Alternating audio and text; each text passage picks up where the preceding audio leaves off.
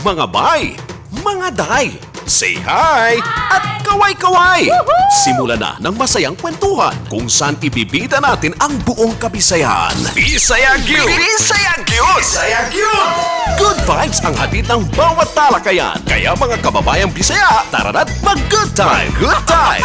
Bisaya Gyud! Bisaya Gyud! Bisaya Gyud! Kasama si PCOO Secretary Martin Andanar dito sa RMN DCXL 558.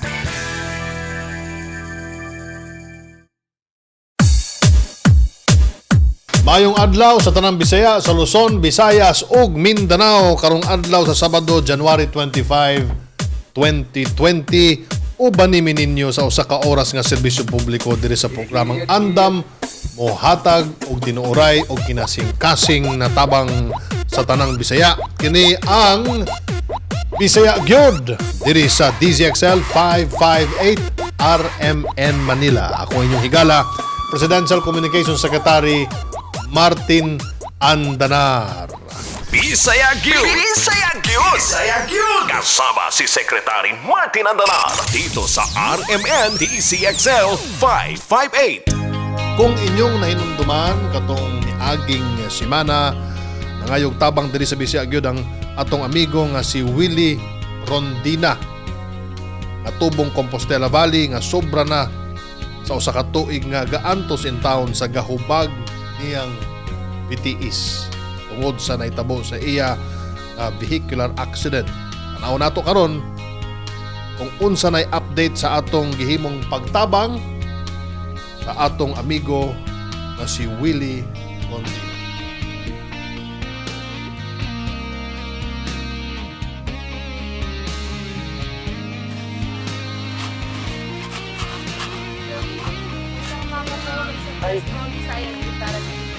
Hi ma'am, maraming salamat.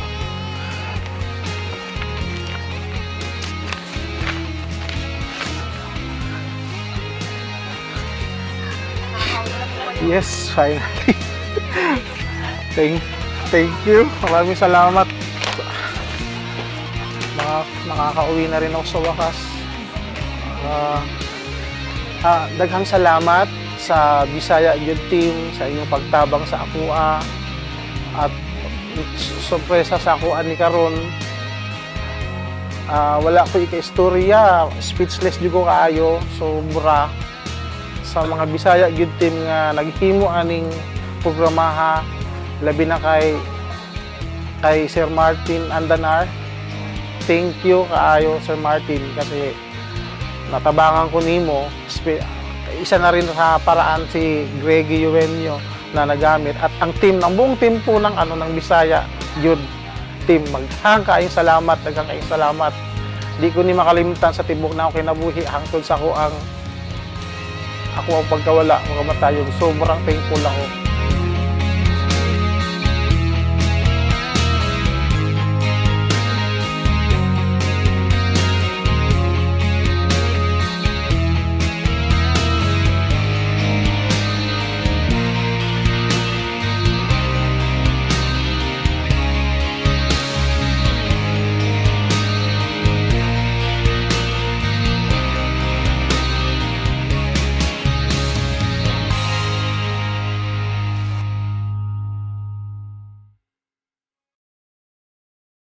Daghang salamat sa tanang mga ahensya nga ngitabang sa atoa.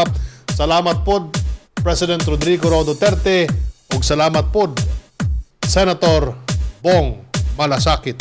Go!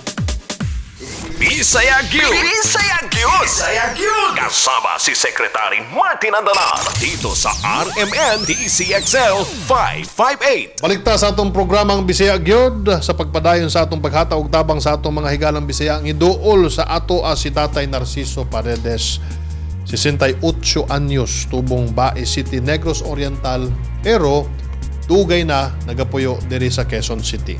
Retirado na, bus driver si Tatay Narciso ug dala sa iyang edad nga 68. Naghanap pod siyang gibati sa iyang lawas, labi na ang pagkahanap o malabo ang mata sa Tagalog. Hanap ang iyang mata tungod sa sakit nga katarata. Sulti pa sa doktor nga nag-check up kay Tatay Narciso, kinahanglan niya magpa-laser o aron dili mosamot ang kahanap sa iyang mata og kinahanglan pod mo gamit siya og eyeglasses paghuman sa iyang operasyon. Dugang niini nangayo pod og tabang si Tatay Narciso para makauli na sa Negros Oriental para makauban ang iyang pamilya. Karon atong tan-awon o paminahon ang kahimtang sa kinabuhi ni Tatay Narciso. Kini ang iyang storya.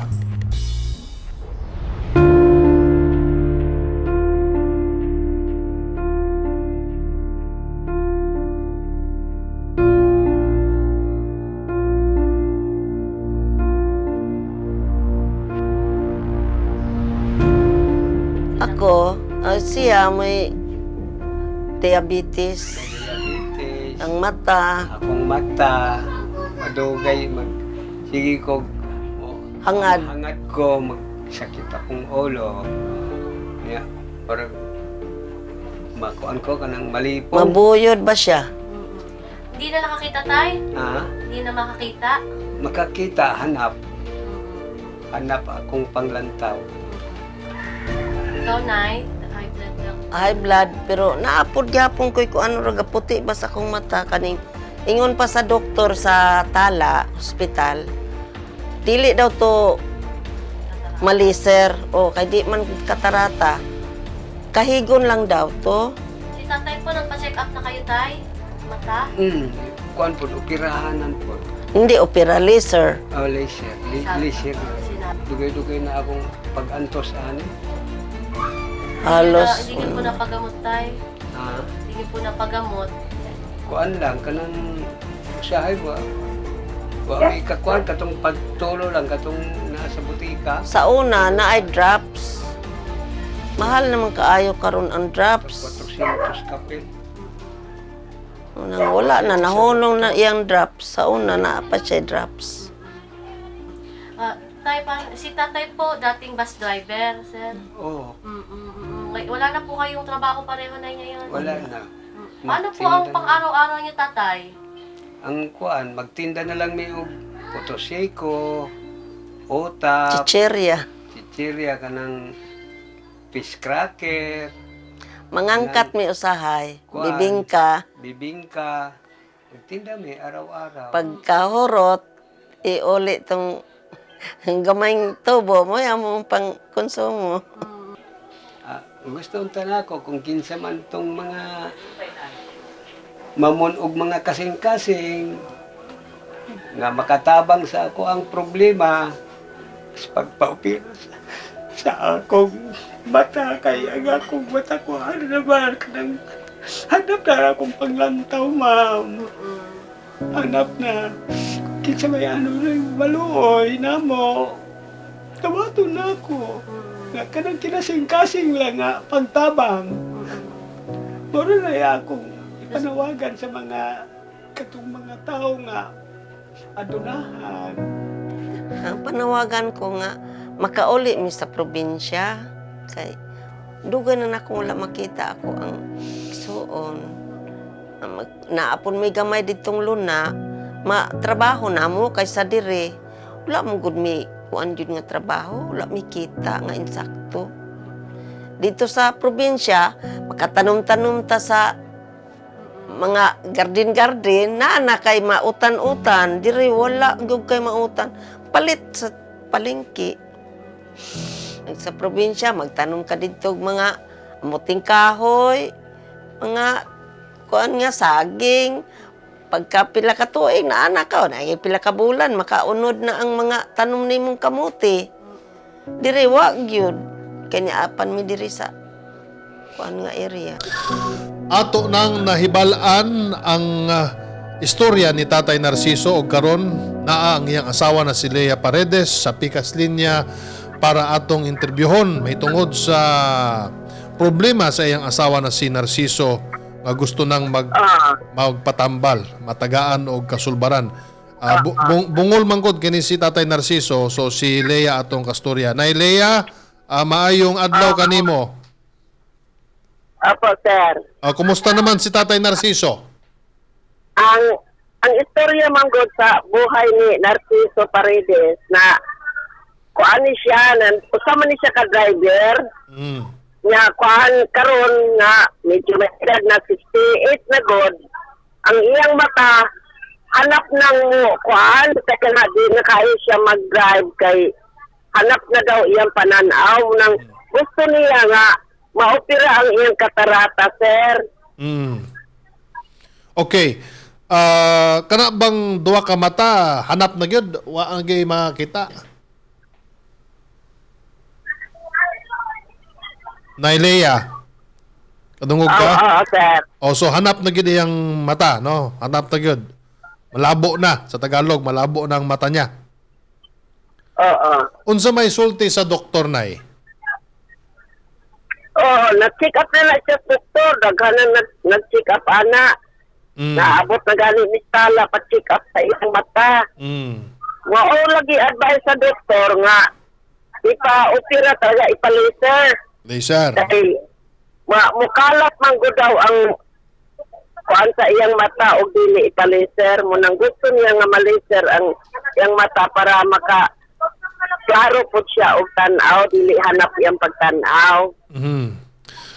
Mahal man ng laser. Mahal ng laser. So, tabangan nato si Tatay Narciso. Wala lang siya og tulong ninyo, sir. O lagi, atong tabangan si Tatay Narciso para mapalaser og libre ang iyang mata. Oo. Okay? Doon na pabaylain kinahanglan si Tatay Narciso gawas lugar sa laser. Doon na pabaylain nga Oo. sa pabaylain kinahanglan niya. Ang reklamo lagi po niya, sir, na gusto niyang makauli sa probinsya, sir, para makita naman niya itong iyang mga igsuon. Dugay naman ko na siyang wala makauli. Muuli ta ni sa Negros. Kay ako po, sir, kusapog ko sa muuli untas Negros, sir, kay ito apod akong igsuon, akong mga pag-umangkon, among mga apo. Okay. So, gusto na mong makita sila. sige. Ato usang paoperahan si Tatay Narciso atong ipalaser iyang mata. Pag okay na ang iyang mata, ato dayong paulion si Tatay Narciso ubanan nimo sa Negros. Okay?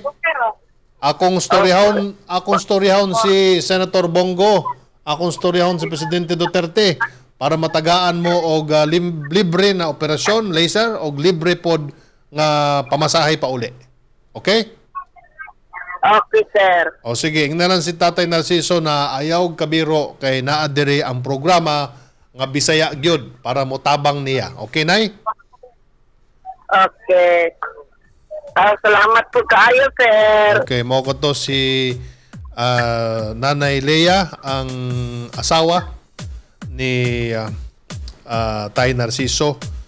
Dili in taon maka-storya si Tay Narciso dire kay bungol naman sa di man niya mga dungog. So si Nailea ang atong storya. Okay? Balik ta sa atong programa mga Bisaya gyud para sa atong mga kababayan nga halos mawad ang nagpaglaom. Abi ninyo gula na kasulbaran ang inyong mga problema niyang programang Bisaya gyud. BG. Anda mo tabang sa tanang Bisaya nga naay tinuod nga problema. Ang uban lawom gyud na problema. Abri among mga linya para sa tanang Bisaya nga nanginahanglan og medical assistance sa mga OFW sad nga naay problema gustong iduol sa among programa, tawag o text ra sa hotline nga 0967-386-4761 or kung smart ang inyong telepono 0947-486-0291. Pwede pod mag-message mo sa among official Facebook account nga Bisaya Lod. Saan man sa bansa, saan man sa mundo, basta Bisaya, stand out tayo. Bisaya Gyud! Bisaya Gyud! Bisaya Gyud! Dito sa RMN DCXL 558. Oras na ron sa paniud to mao nang ako mong lutuan ron sa usa ka pagkaon nga sure ko nga lami gigayo. Kapalaway gyud ninyo kay tungod sa sobra kalami. Kung unsa na ania mga amigo, mga amiga ato ning tan-awon karon.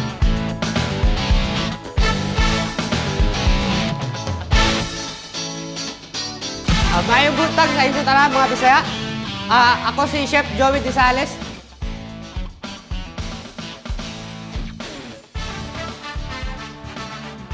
Welcome sa Hoy Panga.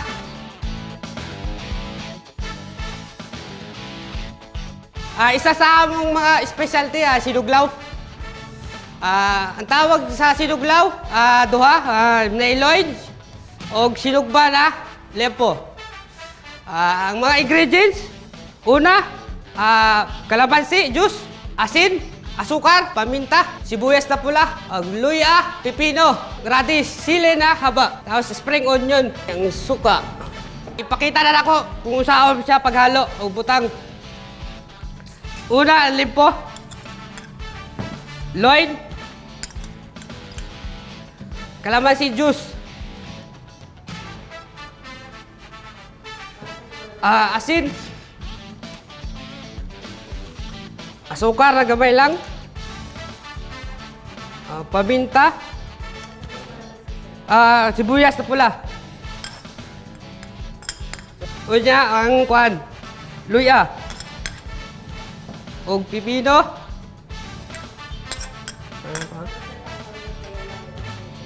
tapos radish. Dire lang na siya makita ang sinuglaw na may rikpad, radish. Og kaning siling na haba. Unya ang spring onion. Butang na ako ha. Tapos pinaka-speciality na mo na, kami na yung naghimo ani. Kami na nagkuha na yung suka niya.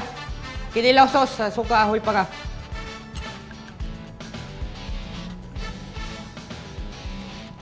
Na, ihalo na din ako.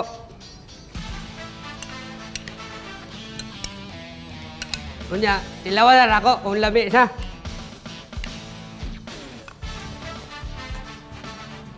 Lami kayo. Muna na karoon ng sinuglaw o sa Bisaya.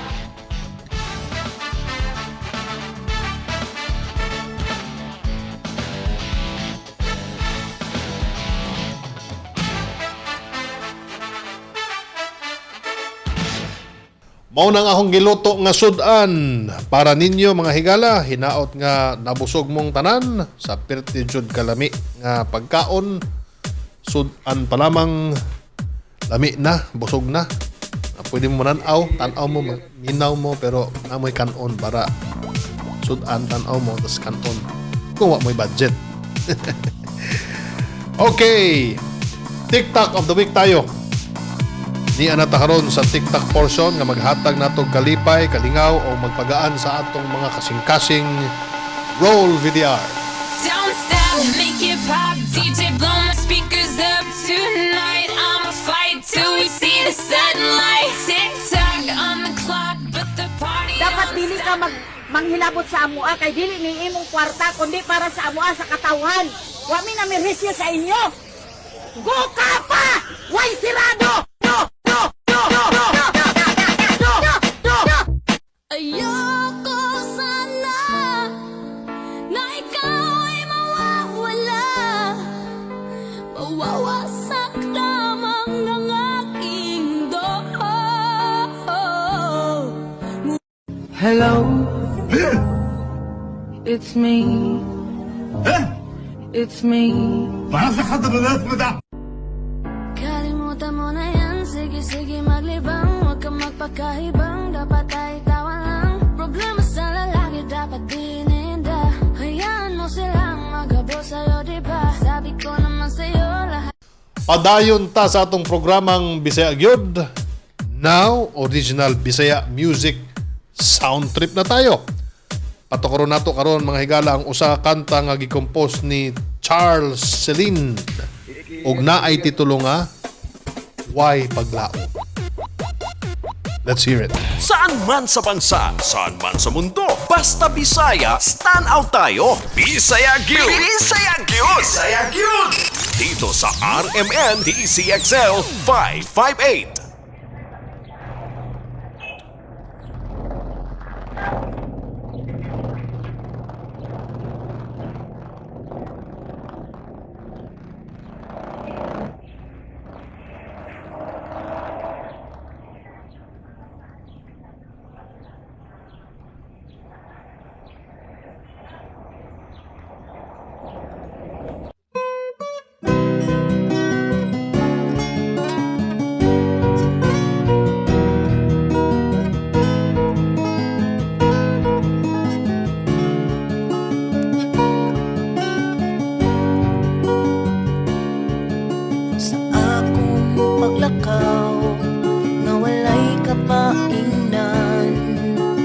Ang akong una-una wala sa akong gilaktan. Kay ang gugma ko imo mang gibalibaran. Ang kasing-kasing ko karon permi lang nga masakitan. Kaysa tanaw mo na ko usa ka basura lang. Basura nga may kantidad dinhining kalibutan. Apan di ko kapugngan ang akong gibati nga mahigugma kanimo nagdumili. Sa panahon nga ikaw akong makit-an nga dunay gikauban. Kamalipayon yo sa tangisakitan. Ang dughan ko gibuhat ko naman unta ang tanan para maako ka. Apan ang gugma ko diha kanimo way paglaom.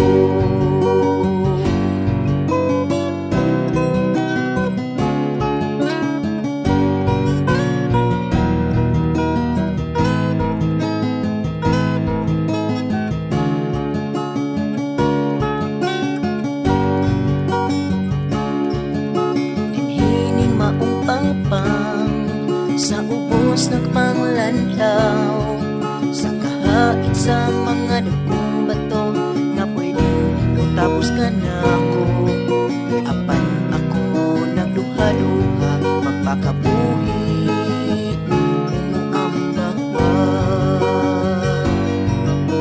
Apan di ko kapunan ang akong gibati nga mahigugma kanimo nagdumili. Sa panahon nga ikaw akong makit-an nga dunay di kauban. Kamalipayon yo sa tangisakitan. Ang dughan ko gibuhat ko naman unta ang tanan para maako ka. Apan ang gugma ko diha kanimo way paglaom. Sakit gyud pamation nga ikaw ay paglaom. Murag dili na gyud mawala kung ang imong gihigugma may tag-iyan. Sa panahon nga ikaw akong makit-an nga dunay gikauban. Kamalipayon yo sa tangisakitan. Ang dughan ko gibuhat ko naman unta ang tanan para maako ka. Apan ang gugma ko diha kanimo way paglaom. Sa panahon nga ikaw akong makit-an nga dunay gikauban. Kamalipayon yo sa tangisakitan. Ang dughan ko gibuhat ko naman unta ang tanan para maako ka. Apan ang gugma ko diha kanimo way paglaom.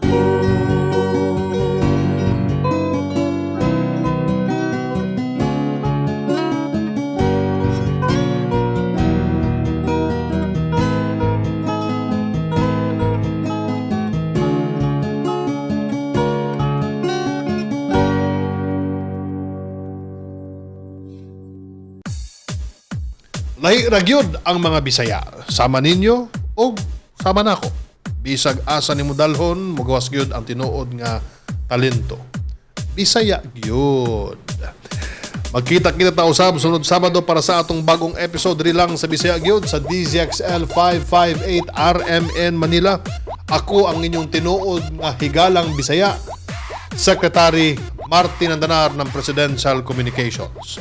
Mayong adlaw kaninyong tanan.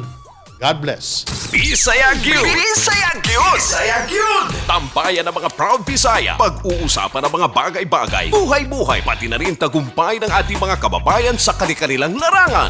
Bisaya Gyud! Bisaya Gyud! Bisaya Gyud! Talakayang magaan, eki sa mga bad news, at bad vibes na usapan. One for all for one. Mga kapwa Bisaya, come on, let's have some fun. Bisaya Gyud! Bisaya Gyud! Bisaya Gyud! Kasama si PCOO Secretary Martin Andanar tuwing Sabado alas 11 hanggang alas 12 ng tanghali dito sa RMN DCXL 558.